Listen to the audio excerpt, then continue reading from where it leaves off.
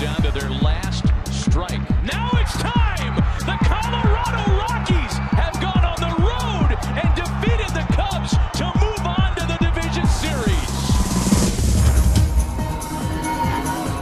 I'm Darwin Zook with the MLB.com Fastcast.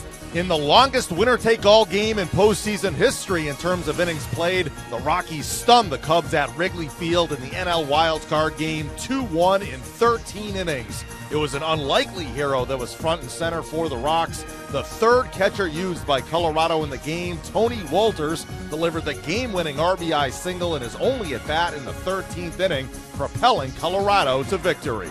We didn't give up. We have warriors on this team. We've made comeback wins all the time this year. You know, something that wasn't new to us. So we're used to coming back right here, getting a win. This is a great win for us in the Rockies. We're just going to keep on doing it. Not to be forgotten was Kyle Freeland tossing 6 2/3 scoreless innings, while the Rockies bullpen allowed just one run, capped off with Scott Oberg striking out all 4 batters he faced, including striking out the side in the 13th. It was unbelievable, man. Oh my gosh.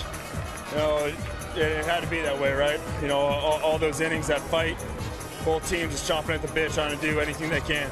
It was a whole lot of fun today. As for the Cubs, it was a tough way for the season to end. Manager Joe Maddon spoke after the loss. This is 4 years in a row in the playoffs. This is something we really believe we can sustain.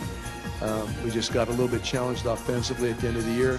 Obviously that hurt us, but as a group and talented and the way they interact, I could not ask for more. The scene shifts on Wednesday night to the Big Apple for the American League wild card game. The Yankees will send Luis Severino to the mound, while the A's will go with a different approach, using a bullpen by committee with Liam Hendricks first up.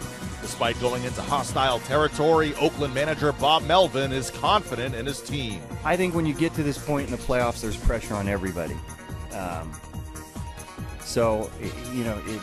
Being in New York for a team that, we just played here 3 times this year, it's exciting, but there's pressure, and it's how you take the pressure. I wouldn't necessarily say that there's only pressure on one team. Anytime you get to this point, there's pressure on everybody.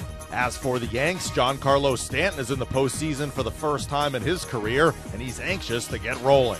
You know, it's been a long road so far, and we got work to do, but it's going to be fun. It's going to be an exciting day tomorrow, and we got to show out. I anticipated as crazy as ever tomorrow.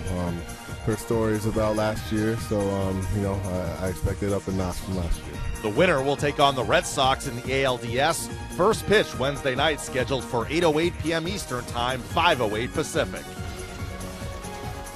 The Twins have decided to make a managerial change. Hall of Fame player Paul Molitor has been let go and offered a new role within the organization. The 2017 Manager of the Year led the Twins to a 78-84 record in his 4th year at the helm. We've made a change at the manager position for the Minnesota Twins. We had a chance this morning to talk with Paul Molitor briefly about a conversation about the future of our manager position and our franchise. And I can tell you that first and foremost, I want to thank Paul. We talked a bit about a transition, an opportunity to continue here with the Minnesota Twins. I am hopeful and we feel had some good conversations around what that looks like moving forward. For more on these stories and complete postseason coverage, keep it locked in to MLB.com. It's baseball everywhere.